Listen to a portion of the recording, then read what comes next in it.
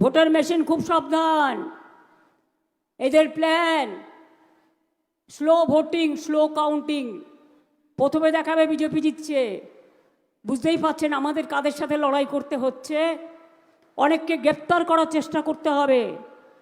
Take care, বুদ্ধি খরচ করে কাজ করুন। আজকে মধ্যরাত থেকে অপারেশন শুরু হবে আমি শুনেছি, খবর আমরাও পাই। ব্যাপারটা কিন্তু বেশ, মমতা বন্দ্যোপাধ্যায় জেলে যাওয়া নিয়ে সাবধান করছেন। যদিও এই মুহূর্তে মমতা বন্দ্যোপাধ্যায়ের মুখ থেকে এই ধরনের বক্তব্যগুলো খুব স্বাভাবিক। একদিকে যেমন আমরা দেখছি প্রধানমন্ত্রী নরেন্দ্র মোদী সহ বিজেপির অন্যান্য নেতৃত্বরা, পাশাপাশি যোগী আদিত্যনাথ এবং স্বরাষ্ট্রমন্ত্রী অমিত শাহ প্রত্যেকেই কিন্তু বিজেপির হয়ে জোর কদমে প্রচার করছেন। বিভিন্ন জেলায় জেলায় গিয়ে মানুষের সঙ্গে জনসংযোগ করছেন বিজেপির বিভিন্ন কেন্দ্রীয় নেতৃত্বরা।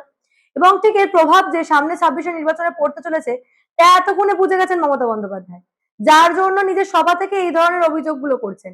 পরিষ্কার ইভিএম এ কারচুপির অভিযোগ করছেন এবং পাশাপাশি যে কথাটা তিনি বলছেন, আপনারা প্রত্যেকে জানেন নির্বাচন কমিশন কিন্তু বেশ কয়েকদিন আগে জানিয়ে দিয়েছিলেন যে ভোটের আগে অর্থাৎ গত ভোটগুলোতে যারা সমস্যা সৃষ্টির চেষ্টা করেছে বা যাদের জন্য হিংসা হয়েছে সেই সমস্ত ব্যক্তিগুলোকে কিন্তু প্রয়োজন মনে করলে গ্রেপ্তার করা যেতে পারে। এই খবরটা এতক্ষণে মমতা বন্দ্যোপাধ্যায় পেয়ে গেছে এবং ঠিক সেই কথাটা মাথায় রেখে আবারও সবাইকে সাবধান করে দিচ্ছেন যে সাবধানে কাজ করবেন।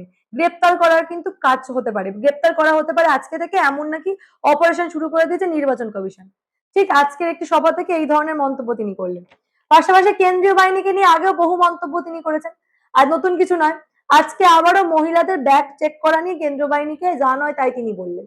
আগে একবার শোনাবো মমতা বন্দ্যোপাধ্যায় কি বলেছেন, তারপর বাকিটা বলবো। মেয়েদের শরীর চেক করা হচ্ছে।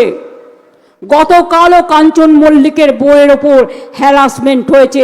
চেক করার নামে মেয়েদের ব্যাগ খুলে ব্যাগে কি কি আছে, এমনকি মেয়েদের ব্যবহৃত জিনিস লজ্জা লাগে বলতে সেগুলো পর্যন্ত টেনে টেনে বার করে অসম্মান করা হয়েছে।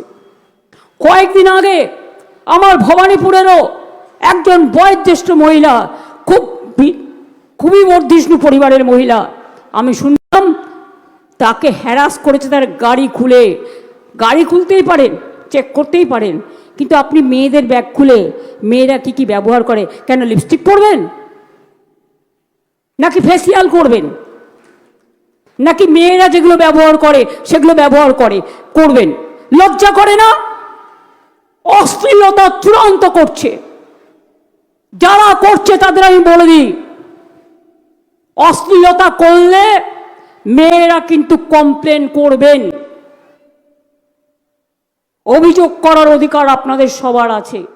ভোটার মেশিন খুব সাবধান, এদের plan slow voting, slow counting. প্রথমে দেখাবে বিজেপি জিতছে, বুঝতেই পারছেন আমাদের কাদের সাথে লড়াই করতে হচ্ছে। অনেককে গ্রেপ্তার করার চেষ্টা করতে হবে। টেক কেয়ার, বুদ্ধি খরচ করে কাজ করুন। আজকে মধ্যরাত থেকে অপারেশন শুরু হবে আমি শুনেছি, খবর আমরাও পাই। যদিও মমতা বন্দ্যোপাধ্যায়ের মুখ থেকে এই ধরনের মন্তব্য প্রথমবার বেরোয়নি, এর আগেও কিন্তু কেন্দ্রীয় বাহিনীকে নিয়ে তিনি একাধিক বদ মন্তব্য করেছেন।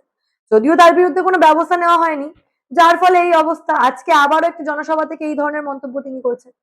অন্যদিকে যে বিষয়টা আমরা দেখলাম, প্রধানমন্ত্রীর সভা, আজকে শিলিগুড়িতে প্রধানমন্ত্রী জনসভা করেছেন। অন্যদিকে আমরা দেখতে পেয়েছি সোনামুখী থেকে, বাঁকুড়ার সোনামুখী থেকে সভা করলেন যোগী আদিত্যনাথ, তিনি আজকে রাজ্যে এসেছিলেন এবং কাঁথিতে তিনি গেছিলেন। এছাড়াও তমলুক থেকে, মানে কাঁথির তমলুক থেকে তিনি একটি সভা করেছেন। এই যে একাধিক সভা আজকে রাজ্য জুড়ে হলো, এছাড়াও কিন্তু বিজেপির অন্যান্য কেন্দ্রীয় নেতৃত্ব, রেখা গুপ্তা থেকে, দিল্লির মুখ্যমন্ত্রী রেখা গুপ্তা থেকে শুরু করে বিভিন্ন কেন্দ্রীয় নেতৃত্ব কিন্তু আজকে বিভিন্ন জায়গায় সভা করেছেন এবং প্রত্যেকটা সভা থেকে কিন্তু পরিবর্তনের বার্তাই রেখেছেন। একদিকে যেমন প্রধানমন্ত্রী তিনি কিন্তু একাধিক ইস্যু তুলে ধরেছেন। একদিকে যখন উত্তরবঙ্গে বন্যা হচ্ছিল, সেই উত্তরবঙ্গে বন্যার সময় কিন্তু মমতা বন্দ্যোপাধ্যায় কার্নিভালে ব্যস্ত ছিলেন। এই মমতা বন্দ্যোপাধ্যায় উদাসীন চেহারা এবং কোন রকম কোনো ব্যবস্থা না নেওয়া নিয়েও কিন্তু আজকে মানুষজনের উদ্দেশ্যে বার্তা দিয়েছেন প্রধানমন্ত্রী নরেন্দ্র মোদী। इंडस्ट्री हो, टूरिज्म हो, हर सेक्टर में उपेक्षा ही मिली। केंद्र सरकार ने जो पैसा भेजा वो भी ये सिंडिकेट वाले हड़प कर गए। साथियों, उत्तर बंगाल से भेदभाव का उदाहरण टीएमसी की निर्मम सरकार का बजट भी है।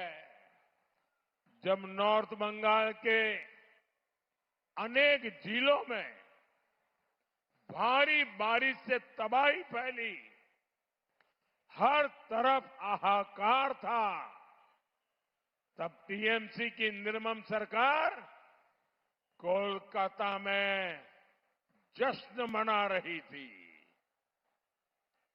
TMC anti north Bengal party है। অন্যদিকে পশ্চিমবঙ্গে আরেকটা জ্বলন্ত ইস্যু, রীতিমতো আলু চাষিরা ন্যায্য দাম পাচ্ছে না, সেই ইস্যুই তুলে ধরলেন যোগী আদিত্যনাথ। তিনি পরিষ্কার বললেন, উত্তরপ্রদেশে যখন 15 থেকে 16 টাকা প্রত্যেকটা কেজিতে চাষিরা পাচ্ছেন, সেখানে পশ্চিমবঙ্গে কিন্তু মাত্র 1.5 থেকে 2 টাকা করে পাচ্ছে চাষিরা, যা অন্যায় হচ্ছে। সেই প্রসঙ্গ কিন্তু আবার তুলে ধরলেন যোগী আদিত্যনাথ। কি বলছেন একবার শুনুন।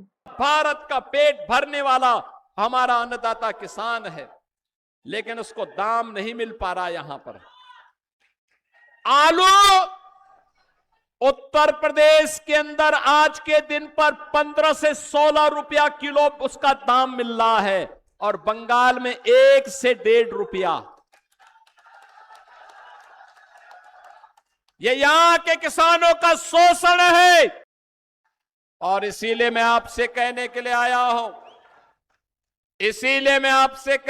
आया हूं, मोदी जी दिल्ली में और बंगाल में बीजेपी की गवर्नमेंट लेके आइए।